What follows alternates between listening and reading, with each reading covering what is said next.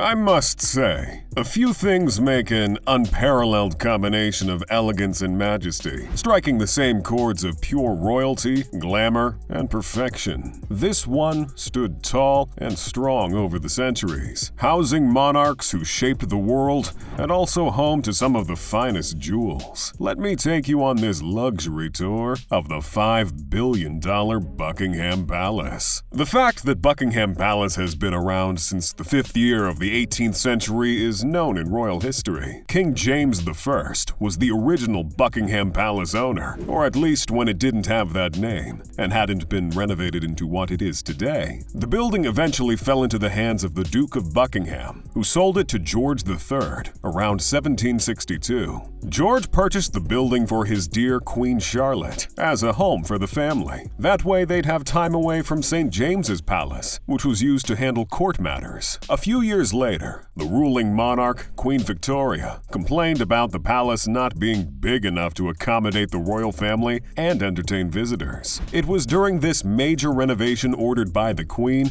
that the famous balcony was built. Thanks to Queen Tory, balcony appearances have become a tradition by the royals. Picture standing on an elevated platform and waving at the people during a ceremonial event. Now that's majestic. Fast forward all the way down to King Charles III's reign, the palace has a more modern and expensive look with a billion-dollar aura. Thousands flood its gates regularly, and they make a fortune off tourist attractions to the palace. Let's look at some of the magnificent structures and parts of this magnificent palace called Buckingham Palace. The palace's entrance is the most populated area, usually by citizens and tourists who want to get a feel around. The front of the palace has a floor space of over 830,000 square feet, one of the largest floor spaces owned by a palace. It is at this entrance that you'll also find the delectable Queen Victoria Memorial. If you've never seen this memorial before, you're surely missing one of the most astounding sights your eyes will see. The first thing about this memorial that screams wealth is the 25-meter-high monument of Queen Victoria. It is made from Pentelic marble, weighing 2,300 tons, one of the best-priced marbles on the market. The monument also consists of other statues that complement it and represent the qualities of constancy, charity, courage, motherhood, and truth. It was created by Sir Thomas Brock. Still touring through the memorial, you'll find the Australia Gate, the Canada Gate, and the South and West Africa Gate, all collectively referred to as the Dominion Gates. And if you think this grand entrance has everything imaginable, then wait till you see the Memorial Gardens. Wonderfully constructed flower beds lay around the semicircular design of the memorial. These beds need up to 22,500 plants during the summer and up to 50,000 during the winter. Who said life wasn't a bed of roses? Or should I say, a bed of exotic flowers? Not to forget, thumbs up to Sir Aston Webb, who designed this amazing structure for the crown. One thing peculiar about the wealthy is that they are known to go for only the best of everything: cars, houses, outfits, and even palace interiors. The palace's interior is so large and excellent that one cannot help but understand why the British monarchy is one of the most powerful in the world.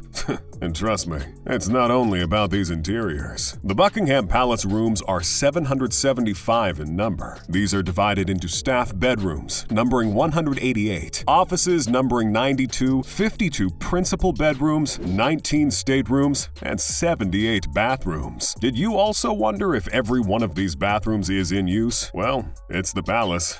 After all, nothing's regular here. Once the door to this masterpiece of grandeur is opened, what greets you, aside from your guide's face, is the state-of-the-art Buckingham Palace staircase. The grand staircase is one of the most iconic structures you'll find inside, covered with red carpet. This antique yet modern staircase, with balusters made of gilded bronze, is indeed a sight for sore eyes. Samuel Parker delivered this masterpiece in 1828 to 1829, and it was worth £3,900. The area above the stairs is complemented by a gold and white scheme, courtesy of King Edward VII. Directly above is the dome, which lets in natural light, giving the area a radiant look. The dome's made from panes of glass, 40 in number, with angelic figures engraved in them. Talk about heaven on earth. What other exciting inclusions can be seen around the stairs? Well, of course, the portraits. The excellent Queen Victoria had portraits of family members hung upon the walls. This gives the palace a feel of home and ancestry. George III, Queen Charlotte, the Duke and Duchess of Kent, and her favorite uncle William IV, and his bride Queen Adelaide. It's already settled then. Before you meet the Queen, you've got to first meet her ancestors. The staircase is just one of the highlights of the palace's expensive interior. I am sure by now many of you believe that it can't possibly get any more luxurious than this. Well, wait till you see the throne room. This is where the king and royal family members have their meetings and special occasions. There is almost no other room in the palace that screams pure elegance, importance, and high taste. For 2 centuries now, this room has hosted some of the biggest names from all walks of life. Grand balls, investitures, success celebrations, and even private parties amongst royals and their loved ones. The throne room is more than a work of art. The dramatic design of the canopy and arch over the 2 thrones, or what is popularly called the chairs of estate, was designed by the famous architect John Nash, who was also into theater set designs. The central focus of this room are the 2 chairs of the estate that sit side by side. These chairs were used for Queen Elizabeth II's coronation ceremony in 1953. The Queen used this particular chair with the EIIR embroidery until the end of her coronation ceremony. The throne room also has a mantelpiece in front of a large mirror, with a French clock from the 18th century. Gilt bronze figures of the 3 Horatii brothers collecting swords from a man can be seen around the clock. This room is nothing short of excellence. From the glass doors to the plaster frieze that runs around the ceiling with engraved images telling a war story, to the magnificent windows and angelic statues. After watching this video, dear friend, no one needs to tell you that your Buckingham Palace tour is not complete without a visit to the throne room. Next is the White Drawing Room. This isn't your standard drawing room. I can assure you the golden white glory of this room leaves its visitors in awe and yearning for more. The drawing room is aesthetically pleasing to look upon, especially if you are one with an eye for art. This beautiful stateroom has some immersive artifacts that'll take your breath away. Let's take, for example, the grand piano. Queen Victoria and her husband, Prince Albert, loved music and had pianos installed in private apartments of every residence they owned. Although the piano was initially designed as a showpiece for the palace's staterooms, Queen Victoria still had Erard, an artist, include the singeries among other instruments decorations. You'll also be interested in this lovely lampstand called torchère. You'll find them at different places around the palace, most often used to support exotic candelabras. The details of this stand are exceptional, with the cranes supporting the tray on top,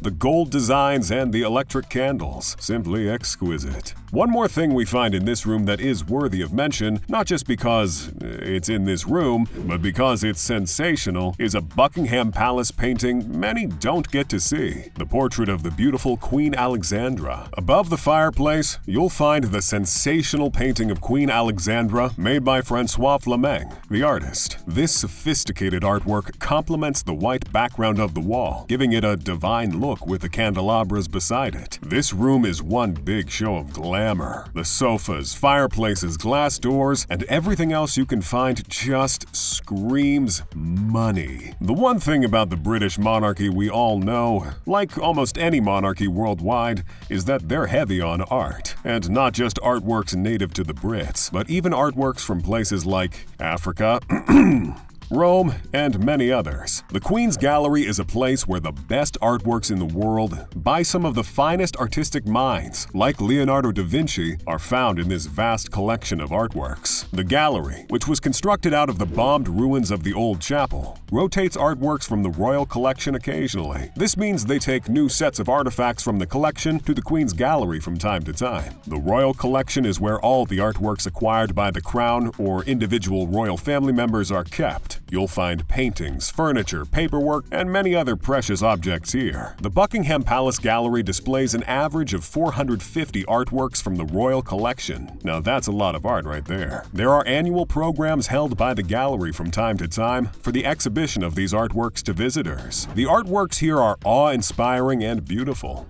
one can get lost in the vast display of different works from different times. Lastly, I'm wrapping this up with a tour of one of the most essential parts of the palace, the Belgian Suite. The Buckingham Palace Belgian Suite is exclusive for only the most essential people visiting the crown. Yes, and I'm not kidding at all. Usually when high-status individuals are invited to the palace or visit, they are entertained by the monarch in the expensive Belgian Suite. The Belgian Suite is a fascinating place in the palace, with facilities befit only for kings and queens. It is an extensive suite of rooms, which you'll find on the ground floor of the garden wing facing north. Many notable people have been hosted here at the Belgian Suite, including Barack Obama and Angelina Jolie. Visitors coming to the suite for the first time are driven in a carriage to the suite. The rooms are well decorated with the best materials, and no one enters without leaving stunned, not just by the beauty and elegance, but also by the perfect reception of Her late Majesty Queen Elizabeth II. It is integral for the royal family to occasionally host unique and highly esteemed personalities, no matter what part of the world they may come from. While you certainly enjoyed that tour as much as I did, why not check out more luxury stuff? Click any of the cards on your screen to watch more interesting content like this.